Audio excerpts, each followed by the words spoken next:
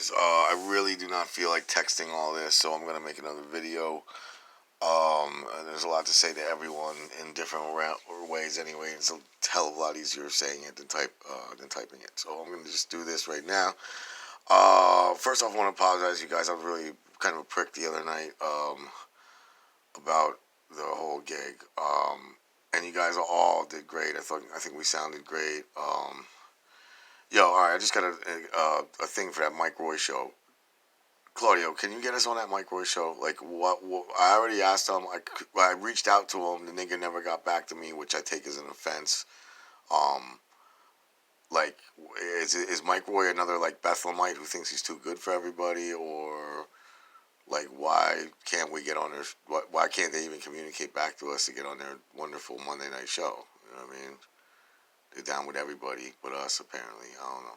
But anyways, all right, that's not really what I'm talking to you about. So, all right, my guitar right now is busted. I'm gonna have to, I guess, use this guitar I just gave to my son for his birthday. And I'm gonna take it fucking back and use it, and it sounds like absolute dog shit. If you guys can find me, if you just a guitar that I can borrow until I can find another pickup, anybody that has a guitar I could use, that would be fantastic. And I need it like immediately.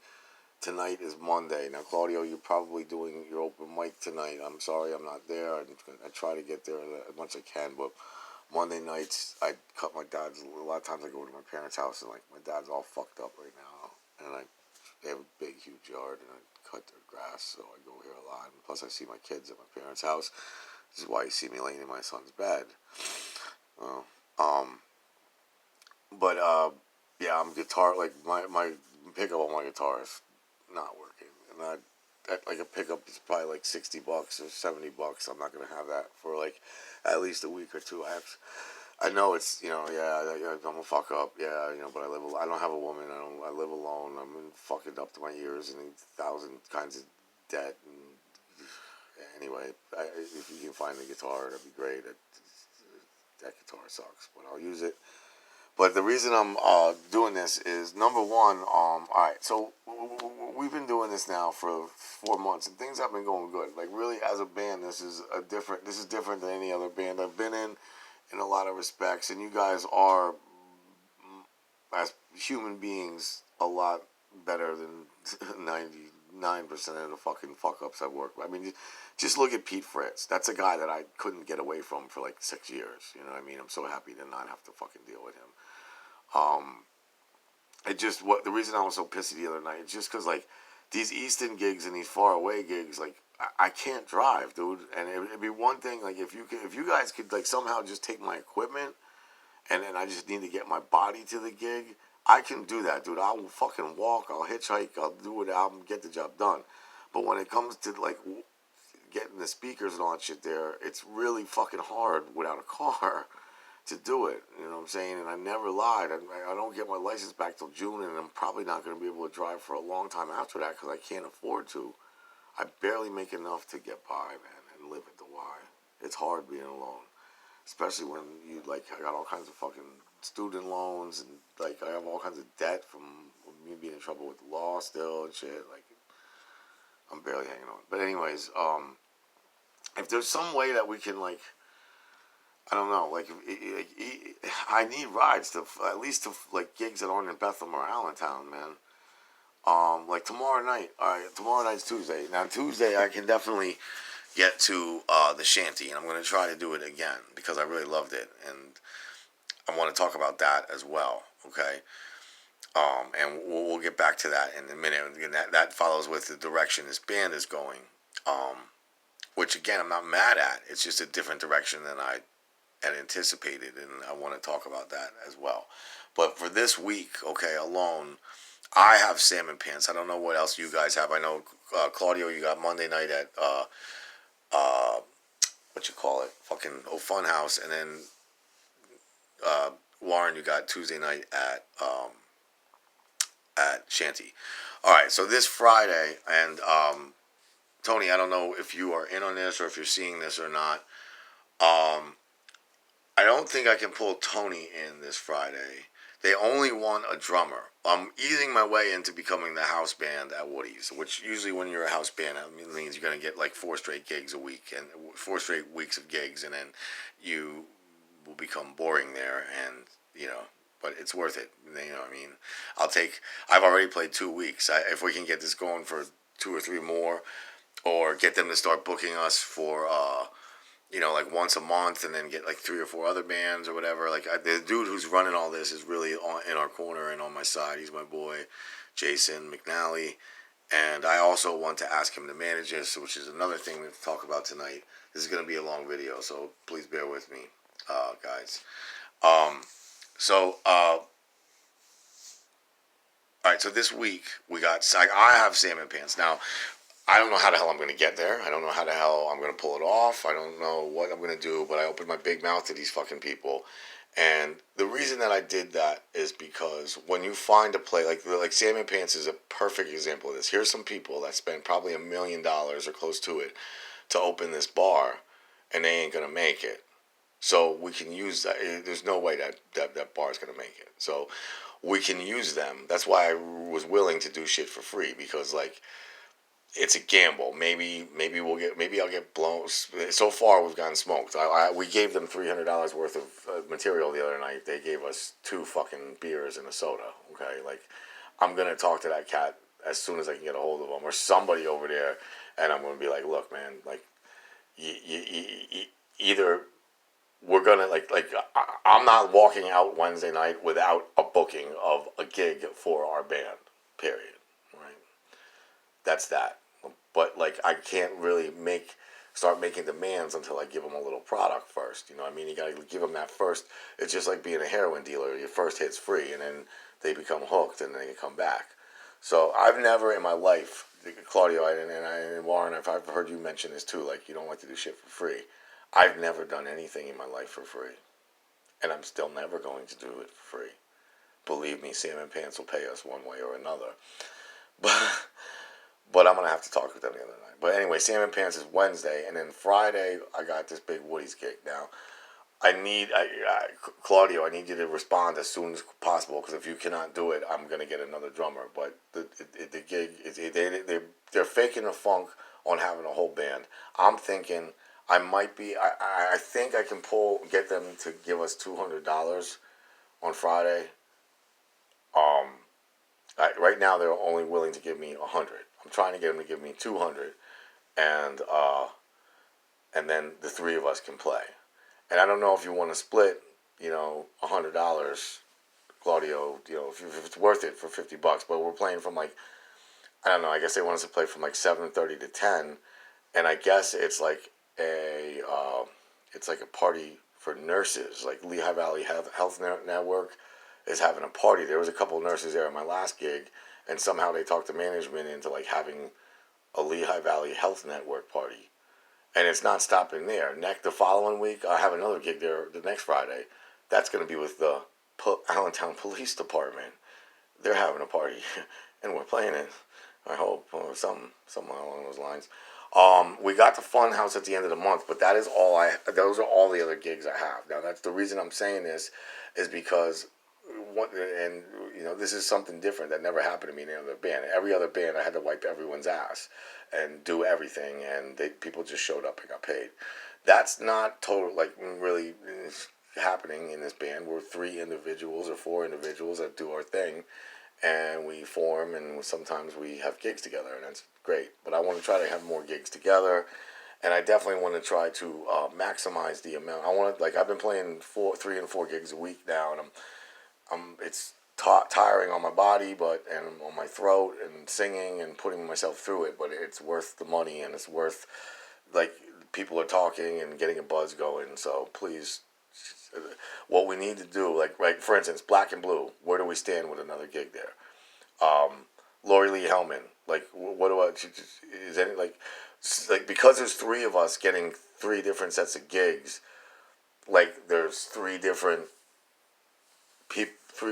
We're losing. I think we're losing money. We're losing gigs, and I think we should get together. I've wanted to do this all along, and so far the only time we've ever got together was to practice, which is great. But we need to get together to organize our band, I think, too. And I can't, again, like, for me to get from work just to Salmon Pants Brewery on foot, now that's something in a car that takes 5 minutes. It's going to take me hours on foot. Like, for me to just get from point A to point B without a car and to, like, do all this, like, hustling, it's hard. Like, I need your help, at least for the time being. You know what I mean? One day a month to just go out and make connections and just not really go anywhere but go everywhere. I need one of you to step up and do that. If I have to pay somebody else outside of this band to do it, like, I'm going to have a problem with that. You know what I mean? So we need to sit down and get a list of all the phone numbers, all the contacts. And what I would really ultimately like to do is get one person to manage us who is not in the band, who doesn't play instruments. Preferably a girl, but it doesn't have to be. I don't like that I even am saying that phrase because girls get enough fucking free rides in this world as it is. But a lot of times the difference between getting paid $300 and not having a gig is who's doing the talking to the management. And performers are not managers, and managers are not performers. There's a reason for that. So until we get a manager, we need to, like, get our. I need to start, like, if you guys aren't gonna harass the people while they're giving us gigs, then I will. Or if you don't want me to, that's fine. Let me know. But, like, there's no reason we shouldn't be getting another Black and Blue gig. There's no reason we shouldn't be trying to get in at Porter's. There's no reason I shouldn't. I'm working a Steel Pub gig. I'm working a Staley's gig. I'm working like 8 gigs, but it's hard because I don't. The real way to get a gig is to be face to face with the ownership, not just calling, not just promoting yourself on fucking Facebook and social media. So we need to, and I'm not the only. I mean, I'm guilty of it too. Like, I still have not. I email Sue Stengel-Dench, but, like, I need somebody that, like, contacts her regularly, and she's not hard to get a hold of. She doesn't fucking keep up on her emails. I've gone down twice now to her fucking bar. She's never there.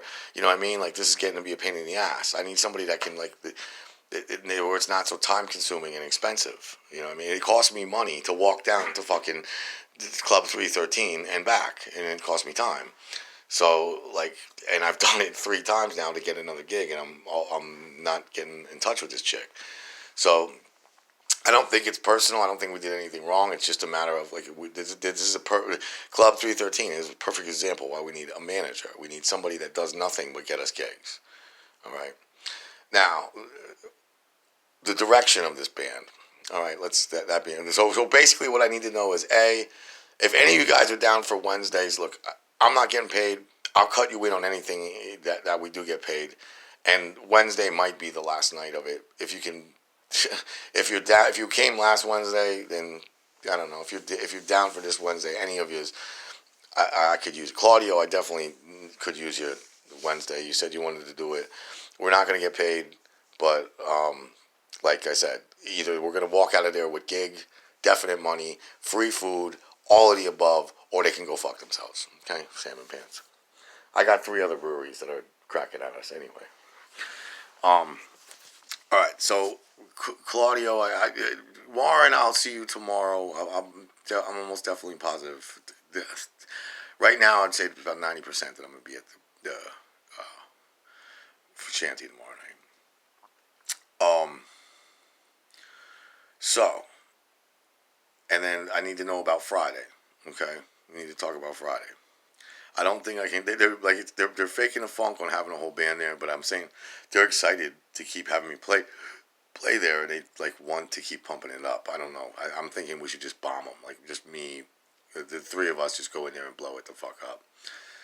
So I'm trying to get $200 for Friday. So let me know if you guys are in with that or not. But and I'm sorry, Tony. I don't know if you're in. You ain't going nowhere. I gotta ease into this a little at a time. All right. So other than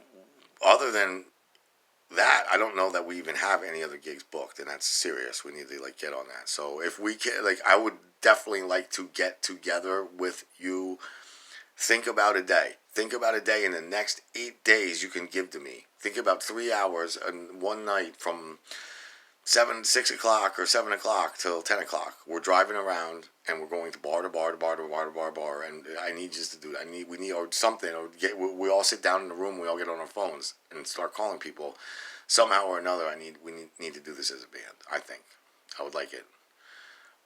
If you aren't going to help me get gigs, then I don't think this. I don't know if this is really a band or if we can't do this all together.